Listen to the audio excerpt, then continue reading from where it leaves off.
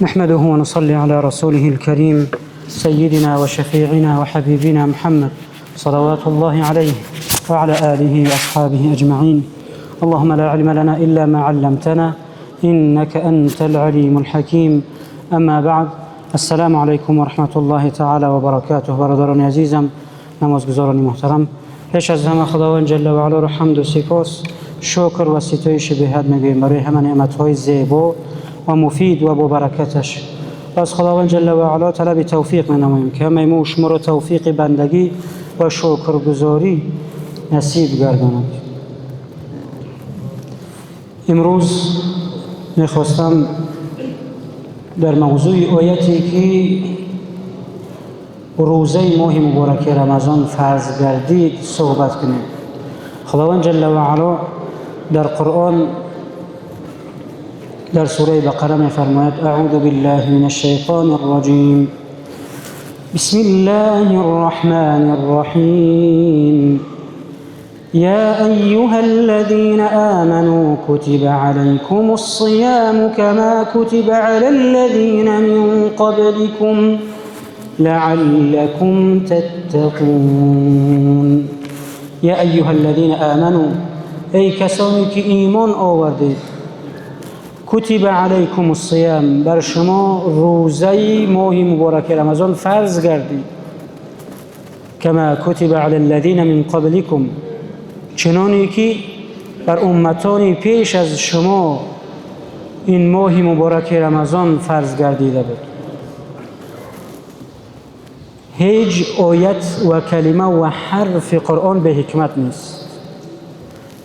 از هر یک آیت و از هر یک جمله قرآن، از هر یک حرف قرآن هزارها و هزارها معنیها میتواند انسان برای خود بگیرد. برای چی خداوند جل و علا در این آیت گفت که بر شما فرض گردید روزه ماه مبارک رمضان چنانی که بر امتان پیش از شما فرض گردانده شد. این یک تسکین و آرام کننده برای امت محمد مصطفی صلی الله علیه و سلم است که ای امتان محمد صلی الله علیه و سلم، شما فکر نکنید که روزه تنها برای شما فرض گردیده است. این یک آسانی است. اگر انسان در یک راه یکم بار باشد رفته ایستاده باشد، در خوف است. اما با او بگویند که این راه ها را هزارها مردم طی کرده است، پس در حقیقت چه دلش آرام می‌یابد که این راه راهی هموار است، راهی نجات است. لعلکم تتقون، حکمت روزه چیست؟ باید ما از روزه چی بگیریم؟ همین آخر آیت خلاصه می شود. هر کس از روی انصاف ببیند که آیا روزه گرفتهش نزد پروردگار جل و علا مقبول است یا اینکه نه، یا اینکه گوییم به همون هدفی که خداوند جل و علا این روزه را فرض گردانید به همون حکمت رسید است یا اینکه نه. لعلکم تتقون، شاید که پرهیزگار شوید. تقوا بسیار معنی زیاد دارد، معنی های زیاد دارد. پس ای برادر و خواهری که در سیوم روز ماه مبارک رمضان قرار داری،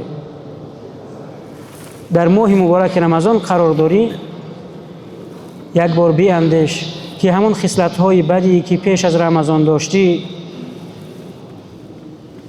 همون عمل های زشتی که پیش از رمضان داشتی حالا هم در تو دیده می شود یا اینکه نه. اگر آن را کم کردی و از بین بردی به خاطر خداوند جل و علا، پس به تو مژده باد که تو حکمتی روزه و رمضان را درک کردی. از امام حسن بصری رحمت الله علیه پرسیدند که ما چگونه میتوانیم بفهمیم که روزه ماه مبارک رمضانمون، نمازهای خوانده امون، زکاتمون، حجمون، نیکی هایمون قبول شده است؟ آیا یگون نشانه ها دارد که انسان درک کند که من عملی انجام دادم که خداوند جل و علا قبول گردیده است نزد پروردگار؟ امام حسن بصری رحمت الله علیه فرمود که این نشانهش همین است که اگر بعد از عبادت، بعد از نمازت، بعد از روزت، بعد از حجت، بعد از زکاتت اگر تحولات و تغییراتی در تو شد، پس یقین کن که خداوند جل و علا عبادتت را، نیکی‌هایت را، روزه و حج و زکاتت را به درگاهی بی نیازش قبول کرده است. پس ببینیم آیا همون اخلاق زشتی که پیش از نمازمون داشتیم بعد از نماز همون انسانیم یا که تغییر یافتیم؟ همون غیبت و بدگویی ها بود یا اینکه ترک کردیم؟ اگر دیگر در ما همون صفت های بد دیده نشوند، پس خوشا به حال ما که این نشانه قبول شدن عبادت ها نزد پروردگار جل و علا هست. برادران عزیزم، روزه این یک مکتبی هست که انسان را می سازد. روزه و صبر هر دو انسان را می سازد. بسیاری از روزه‌داران خود درک نمی کنند، اما در این روزی دراز، در این روز از روزهای مبارک رمضان، کدام لحظه ها لحظه های طلایی اند، کدام لحظه ها لحظه های اجابت دعا اند. یکی از آنها برادران عزیزم وقتی افطار است. باید انسان وقتی که تشنگی او را وزنی می شود، او را غلبه می کند، باید در همون لحظه صبر کند و دعا کند و مناجات کند که همین لحظه ها لحظه های اجابت دعا است. خداوند جل و علا طلب می نماییم که روزه های همه ما و شما را قبول گرداند.